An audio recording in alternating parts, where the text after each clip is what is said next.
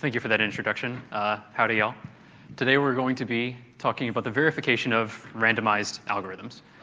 Now, simply put, a randomized algorithm is just a procedure that takes an input and computes some probability distribution. And that's a pretty simple notion, but it has a wide variety of uses. A particular focus for us is differential privacy. A quick summary, differential privacy is a mechanism by which analysts are able to take a look at sensitive private information by inspecting the query that they want to run and then adding just enough noise to obscure sensitive information without actually destroying the utility to the analyst. It's a pretty powerful technique. It's been picked up by Google, by Apple, by Uber, and it's even been picked up by the United States Census Bureau to help protect individual privacy. It's also often used to model approximate computing, which allows you to do executions on robust programs by saving energy if you allow just the chance for error to get introduced somewhere into the computation. It can be used for analyzing stochastic gradient descent, for ensuring fairness properties of decision-making algorithms, and many, many more. Now, this is a wide slew of different applications, but each of these applications has one common goal with this noise that gets added. You want to get close to the right answer as much of the time as possible. Now, we look at this as an accuracy property, which we'll be expressing using a probabilistic Hoare triple. This looks just like a regular Hoare triple. We have a precondition and a postcondition and a randomized algorithm in the middle. But one distinction is that we actually have a failure probability on the left-hand side. Now, one way to interpret this is if we start in a state in the precondition, we evaluate the randomized algorithm, and then we get a state from the distribution that it generates, it should satisfy the postcondition except with probability p. Now, our goal for this work and for this talk is to find the mechanism for automatically proving these accuracy properties. Of course, we're not the first people to take a look at randomized algorithms. These are some of my favorite techniques for analyzing these, but each of them doesn't quite fit our application. There's plenty of logics for dealing with randomized and probabilistic programs, but they're very difficult to automate, and we really want automation. Martingales allow you to express some really interesting properties, but it's difficult to directly encode postconditions without some manual intervention on the back end. Pre-expectation calculus, unfortunately, in the domains that we care about, such as differential privacy, ends up with some really, really complex integrals that are difficult even for modern computer algebra systems to handle. And for probabilistic model checking, these usually focus on finite state, and they have a lot of problems with symbolic distributions, which we'll see later we care about. So we base our approach on a technique for proving deterministic programs correct automatically called trace abstraction. And the simple way trace abstraction works is you approximate your program with this control flow graph, and if you can prove that every trace in the control flow graph is correct, the program must be correct.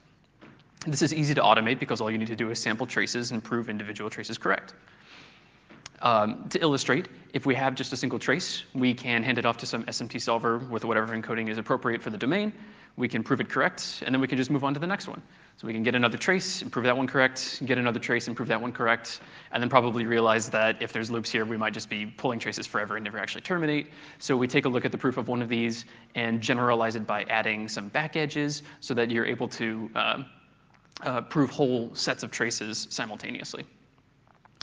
Now, if the language of each of these traces viewed as automaton cover the language of the program, then cool, we've managed to prove the program itself is correct. If we want to add probabilities to this mix, though, things get a little bit more complicated. The proof rule gets a little bit more intricate. We still want to prove individual traces correct.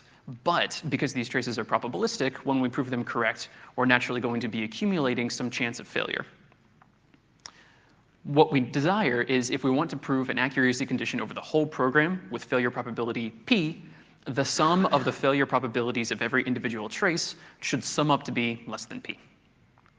So we can apply a similar process. We can get a trace. We can prove it correct, except this time we're accumulating some chance of failure.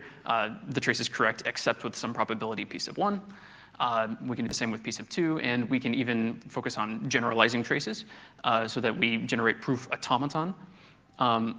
And not only do the languages of these traces have to cover the language of the program, but each of these failure probabilities has to sum to be less than the desired failure probability for the program. If we can manage to do that, we've proved the program correct. Of course, we can't just hand these probabilistic traces off to some SMT solver to prove them correct. That gets a little bit difficult. They're not very good with probabilities. So our simple solution and our key idea is we're just going to get rid of the probabilities. And the way we're going to do so, I'm going to demonstrate via an example. So let's look at proving a trace correct that only has a single statement. It's just sampling from a uniform distribution between 0 and a, where a is just some symbolic constant. Now, say we introduce the precondition that a is positive and the postcondition that when we sample x, it's on the right-hand side of the support. It's greater than a over 2. And we're OK with this failing with probability 1/2. So to get rid of the probabilities, we're just going to enforce some concrete semantics on x. So why don't we just make sure that we can prove this postcondition? So let's just set x equal to a over 2. That's fine. If x is a over 2, then it's definitely greater than or equal to a over 2. And so we've proved this trace correct. Sort of. Unfortunately, this isn't always going to happen when you sample from a uniform distribution. The chance of this failing is the area of these white squares on the left and on the right of that, which should be an infinitely thin line, which has area 1. So we've proved this trace correct, except with probability 1. That's not particularly useful because we have a maximum failure probability of 1/2. So let's try some slightly more clever semantics. Instead of just assigning x to a single value, we'll make it non-deterministic and say that x lies somewhere in this interval. Well, we still have the same problem in that the failure probability is too high. In this case, it's 3/4, which is still greater than 1/2. Well, fortunately, I know the answer. We're just going to take this interval and we're going to switch the left endpoint to be a over 2. This allows us to prove the postcondition, and our failure probability now is exactly 1/2. Of course, I cheated here a little bit, maybe. I already knew what the answer was. I knew what the left-hand side should be. What if we just generalize and abstract this a little bit? Let's go ahead and replace that left-hand endpoint with some symbolic constant e. Now, when we do so, we need to rewrite the expression for the failure probability. Now it's e over a as opposed to a static number. So what does it take to prove this trace correct? Well, the proof rule is pretty straightforward. The trace is correct if and only if this particular formula is satisfiable. Now, you don't really need to take a look at this formula and understand it entirely. Effectively, it just encodes the semantics. If the precondition holds, then the semantics imply the postcondition, and the failure probability is sufficiently low. The thing that I want to point out is that this is effectively a synthesis problem. This existential in the front of the problem means that to prove this trace correct, all we need to do is find some value, some expression, to plug in for this e that makes this entire formula satisfiable. So now we can refine our key idea a little bit. We're eliminating probabilities, but we're not just doing it ad hoc. We're doing so via synthesis, and specifically, we're synthesizing axioms of these particular sampling statements. So this is the transformation we saw previously. We have the uniform distribution, and we convert it into some non-deterministic semantics where x now lies in some interval that's aligned with the right-hand side of the uniform distribution, and we don't really know where the left endpoint is. Now, the reason we're justified in making this transformation is because of this particular probabilistic fact, which you can prove using well-known facts about the uniform distribution. And this is what we refer to as a distribution axiom. In a sense, because it has these uninterpreted values e in there, this distribution axiom effectively represents a class of axioms. And so our goal during proving this trace correct is to find a particular instantiation of this axiom that allows us to prove the postcondition from the precondition. Of course, this is a fairly simple example. I'm going to show you one more distribution axiom because it matters for us later. This is the Laplace distribution. It's often used in differential privacy. It's sort of a symmetric exponential distribution that has two parameters. It has s, which determines the scale, and m, which determines the mean. And a very common transformation that we like to do is apply some concentration inequalities and ensure that if x is sampled from this distribution, it's pretty close to m. Now, how close to m depends exactly on what you want your failure probability to be and what you need your postcondition to be. Notice this e is still floating around in here free. This is something we're going to have to solve using synthesis later. So far, we've only been talking about traces that have a single sample in them, drawing from a single distribution. So let's talk about trying to prove a trace correct that might have multiple samples that occur. Well, we can go ahead and start with the first step and apply our transformation. We can take a look at this distribution D1, take a look at all the axioms that are appropriate, and then determine some semantics that leave some E1 free, and occur some failure probability P1 of E1. This is some expression. It's not necessarily a concrete value. Now we can go ahead and start to try and concretize the next link, which this is not drawing from any particular distribution. This is just some deterministic command, and it can't probabilistically fail, so we don't accumulate any failure probability on the bottom. And finally, if we want to draw from our second distribution, we can pick some form of semantics and then continue to accumulate some failure probability that's an expression of this free variable that's floating around inside the semantics. So to prove this trace correct, now we have this synthesis problem where we have to find a solution for E1, and we have to find a solution for E2, and then show that the universally quantified formula that talks about the correctness of the trace with those particular semantics is correct. There's a couple things I want to point out here before I move on. First off, these error terms are additive via the union bound. We don't assume any independence or anything like that whenever we're drawing from distributions. And the second thing I want to point out is it's entirely possible for you to have multiple different sets of axioms for the same distribution.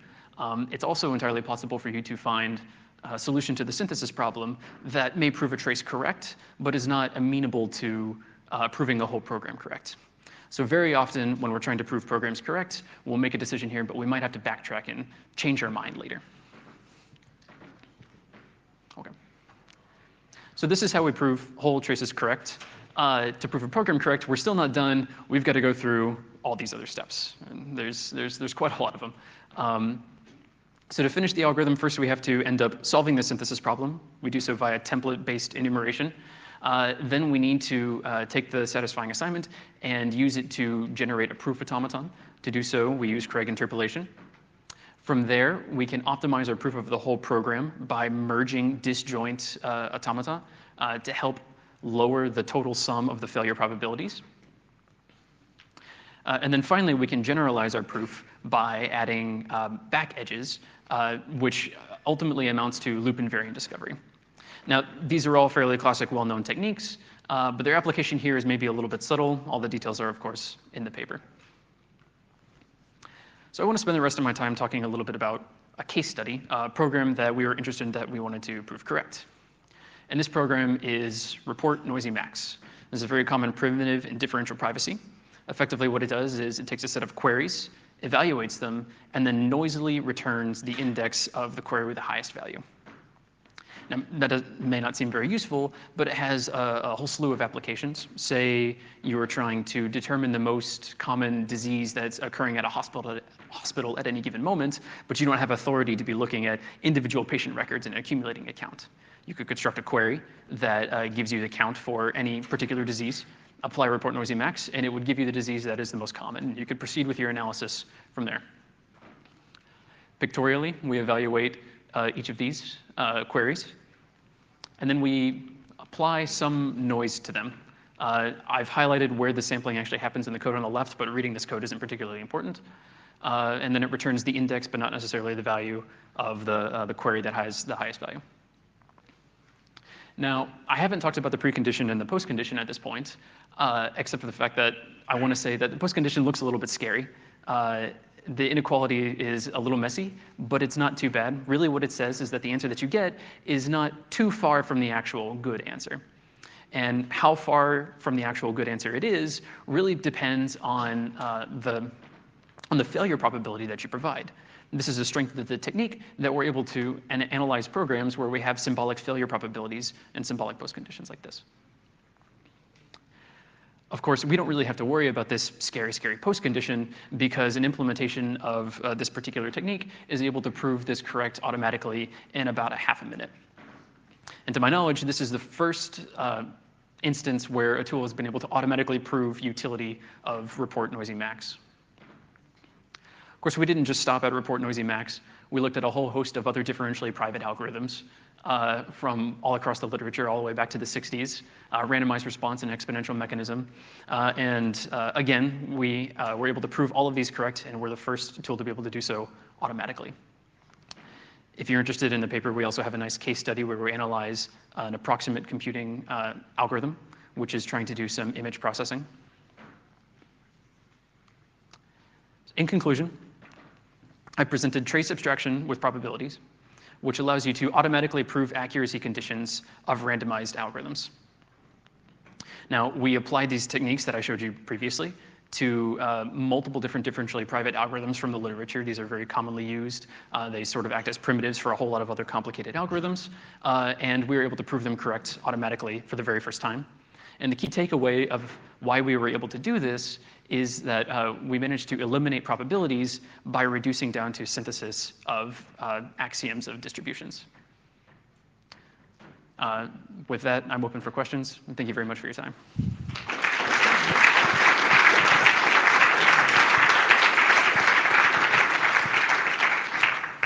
Good, yeah, so we start with a question from Slido again, and then come to the front if you want to ask in person. So, yeah, what programs does the automation take long to run on, and why? Right, so oftentimes when the automation takes a long time to run, it's because we're not able to quickly find the right loop invariant.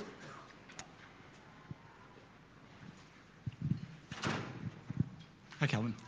I know from hearing talks at Wisconsin that your use of the union, your optimization step that you didn't get a chance to talk about, right, is replacing plus with max.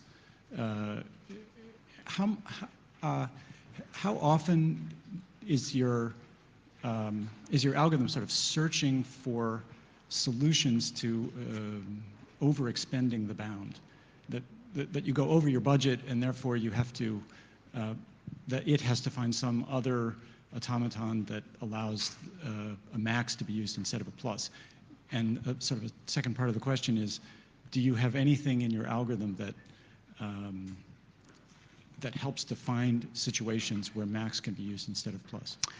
Right, that's a good question. So the optimization that Tom is referring to is when we have two automatons that have disjoint initial segments, we're able to sort of merge them together, and instead of adding the sums of the failure probabilities, we're able to take the maximum of the sum of the failure probability. One way of thinking about this is when you have a conditional, you're only ever going to take one branch at a time. To answer your question, in our actual implementation, we do this greedily, but with the ability to backtrack. So we'll try and merge as much as possible. We'll try and find, just by analyzing these automaton, if they are able to be merged together to replace the addition with the max. And if we're still unable to find a solution after we've gone too far down the search space, we'll revert that decision to merge and try something else. Another question from the Slido. So you had, one of your formulas had the shape exists E for all A. And the question was, could you substitute the E with A over 2, or would that be a scope error?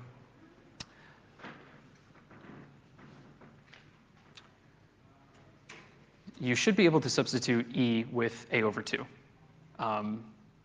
It wouldn't end up resulting in a scope error. Really, this entire formula is over the input variables left free. We're just looking for some substitution. In reality, when we solve the synthesis problem, we don't just replace the E with the A over 2 just inside the exists. Instead, we just effectively scolomize and just replace it everywhere within. So there's really no scope issue that's involved.